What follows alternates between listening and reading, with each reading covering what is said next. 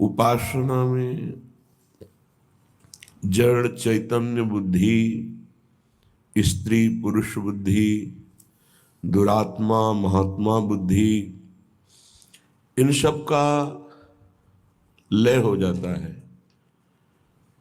उसकी दृष्टि में न कोई स्त्री है, न कोई पुरुष है, न कोई दुरात्मा है, न कोई महात्मा, एकमात्र परमात्म दृष्टि जागृत होती है। ये जागृत होती है, पहले भावना की जाती है, फिर स्थिति होती है। जैसे पार्थिव स्थिति होने पर पहले स्त्री पुरुष जड़ चैतन्य दुरात्मा महात्मा ऐसा दर्शन होगा, बाद में भगवत भाव होगा। लेकिन स्थिति होने पर केवल भगवत भाव रहता है, केवल प्रभु भाव रहता है। जब तक ये भाव नहीं रहता तब तक बहुत कच्चाई है, और उपासक को सावधानी पूर्वक अपने को परिपक्व करना है। परिपक्व अपना प्रयास और गुरु इष्ट कृपा, अपना केवल प्रयास ही है और कृपा का भरोसा नहीं तो परिपक्व अवस्था नहीं प्राप्त हो सकती। और आप वाणी से केवल कृपा शब्द का उच्चारण करते हैं और आप प्रयास बिल्कुल नहीं कर रहे, पुरुषार्थ नहीं कर रहे, मनमानी आचरण कर रहे हैं, तो स्थिति नहीं प्राप्त हो सकती। स्थिति प्राप्त होती अपना संपूर्ण पुरुषार्थ लगा दे और भगवत कृपा का, गुरु कृपा का भरोसा, तो स्थिति निश्चित प्राप्त हो जाती है। और यही स्थिति जीवन मुक्त करती है।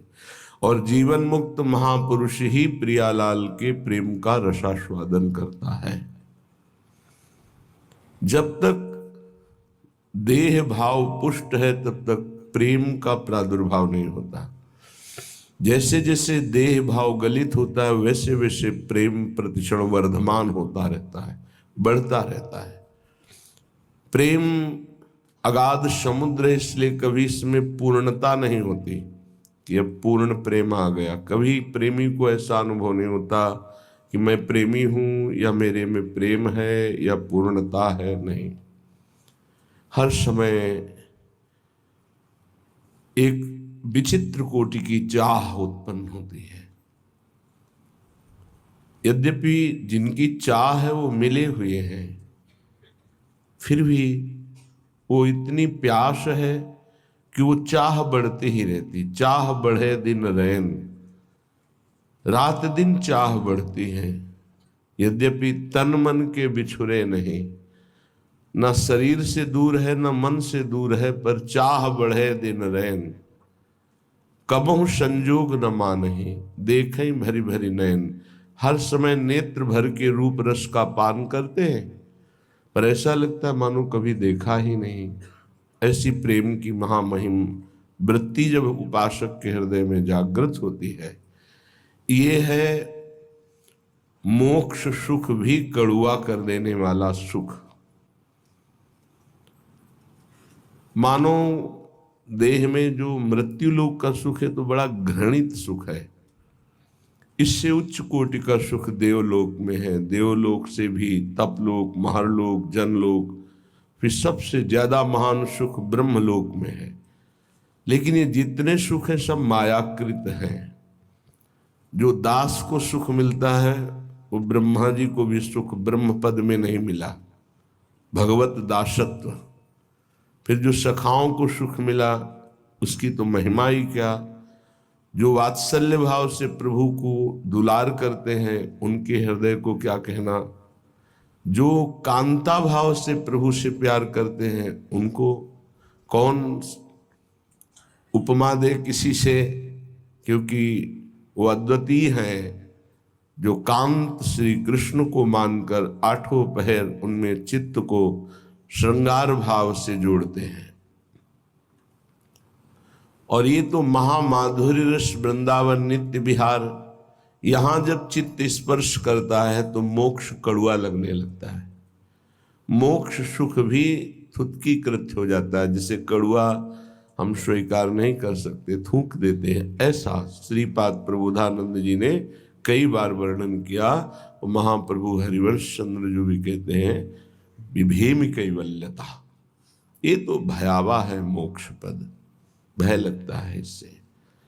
श्री रूप जी ने कहा कि ये तो पिशाचिनी है, जब तक ये भुक्ति मुक्ति पिशाचिनी लगी रहेगी तब तक प्रेम नहीं प्रकट होता है। भोगों को भोगने की इच्छा रूपी पिशाचिनी या मुक्त हो जाने की पिशाचिनी। ऐसा महापुरुषों ने जब प्रिया प्रीतम के प्रेम रंग रस का रसास्वादन किया तो मोक्ष मुक्ति पिशाचिनी लगने लगी, भयावह लगने लगी, कड़वी लगने लगी, थुतकी कृत्य हो गई। फिर और कौन सा सुख बचा? सर्वश्रेष्ठ महासुख आत्म सुख जीवन मुक्त महापुरुषों को प्राप्त होता है। लेकिन प्रेम सुख के आगे ये सब सुख फीके हो जाते हैं। इन्हीं बिलोकत अति अनुरागा, बरबस ब्रह्म सुख ही मन त्यागा। ब्रह्म सुख का भी त्याग करके मन प्रभु की रूप रसासों का रूप का आनंद प्राप्त करने के लिए विकल हो गया। जनक जी महाराज का और ज्ञानियों की और ब्रह्मबोध संपन्न महापुरुषों की तो अलग वृत्ति रही। ये तो बड़े बड़े ज्ञानियों की गुरु है। इसलिए श्रीपाद कह रहे कि तिक्ति भूता विमुक्तिर विषम निरय वदभाति सर्वेन्द्रियार्थाः सर्वे भोगा भवन्ति प्रबल गरल वन्युद्भट ज्वालकल्पाः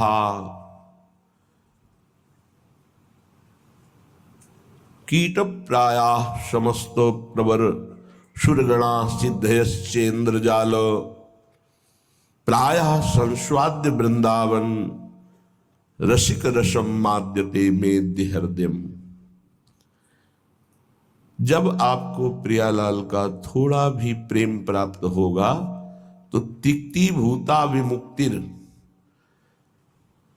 ये जो जीवन मुक्ति अवस्था है, मोक्ष पदवी है, बोले तिक्ति भूता है, कड़वी लगने लगेगी। नहीं चाहिए मोक्ष सुख, पर ये बहुत ऊंची बात है। अभी तो मृत्यु लोक के भोग ही आपको परास्त कर देंगे। मोक्ष सुख तो जो ब्रह्मलोक तक के भोगों का त्यागी होता है उसको प्राप्त होता है। ये प्रेमी जन मोक्ष के आगे भी जो महारस है उसमें स्थित है। मर्त भोग तुम्हें आकर्षित करके भ्रष्ट कर देते हैं तो मोक्ष सुख तो बहुत दूरी की बात है। हमारी स्थिति नहीं है, पर हमारे गुरुजन जो आगे चल रहे हैं उनकी स्थिति है और उसी मार्ग में हम चल रहे हैं, तो हम स्थिति ना होते हुए भी उसी मार्ग का अनुसरण करेंगे जिसमें हमारे गुरुजन गए हैं, महापुरुष जन गए हैं। महाजनों गतेन स पंथा, जिसमें महापुरुष जन गए उस पंक्ति में हम खड़े हैं। स्थिति हमारी नहीं है, पर हमको वही आचरण करने हैं, वैसा ही भाव रखना है जैसा हमारे आगे विराजमान गुरुजन जो पंक्ति में हैं, जो प्रियालाल को दुलार करने वाले हैं, जो प्रियालाल के समीप पहुंच चुके हैं, जिनके आसपास आठों पहर महासुख घेरे रहता है, तो हम उसी मार्ग से चल रहे हैं। इसलिए जैसे कोई कहे कि हमारी स्थिति तो नहीं, पर हम उसी पंक्ति में तो खड़े हैं ना, तो हमको वैसा ही व्यवहार करना है। इतना बड़ा त्याग किसी और की सामर्थ्य नहीं, सिर्फ प्रेम की सामर्थ्य है जो मोक्ष सुख का भी त्यागी बना दे, और ऐसा त्यागी कि पुनः उसकी इच्छा ही कभी न हो। तिक्ति भूत्वा विमुक्तिर, मोक्ष पदवी कड़वी लगने लगती है। श्रीपाद कह रहे हैं विषम निरयवद भाति सर्वेन्द्रियार्था, निरय कहते हैं नरक को, और जितने भी भोग हैं ये विषम हैं,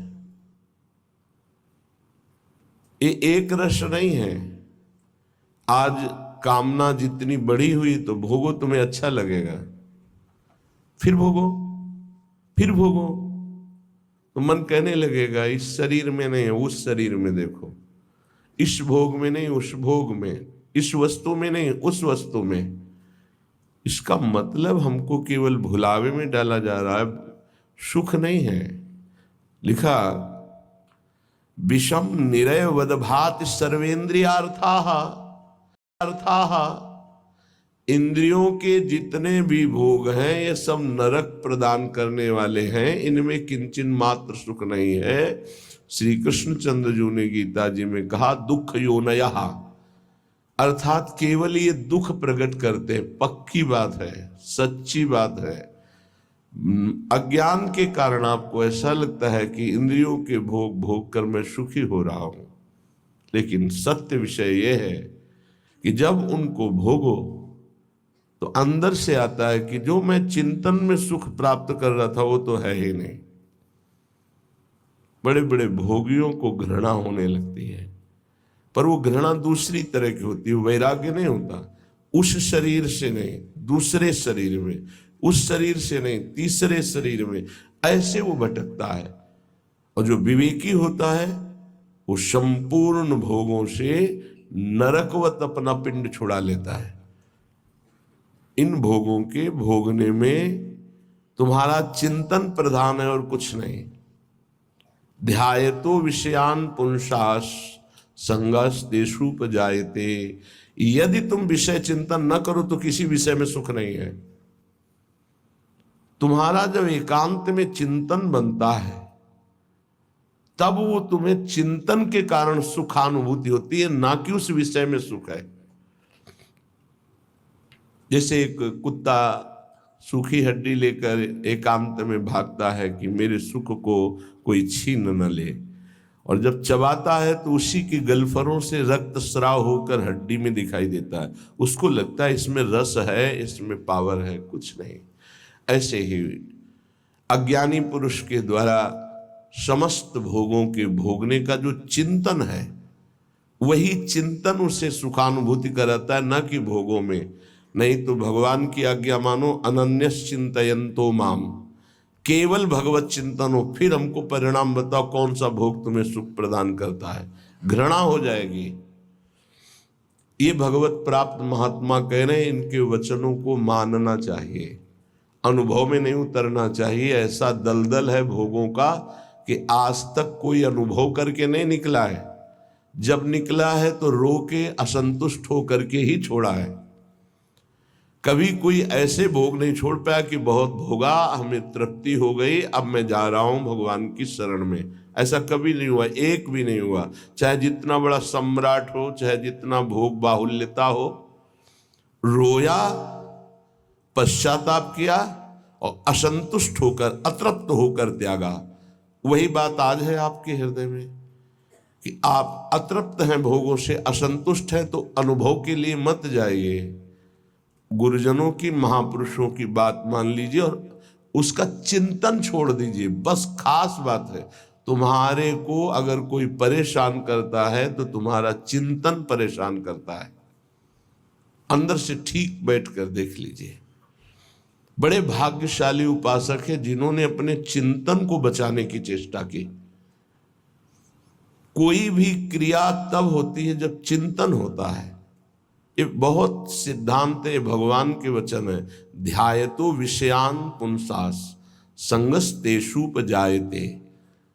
जब हम किसी विषय का ध्यान करते हैं, चिंतन करते हैं, मनन करते हैं,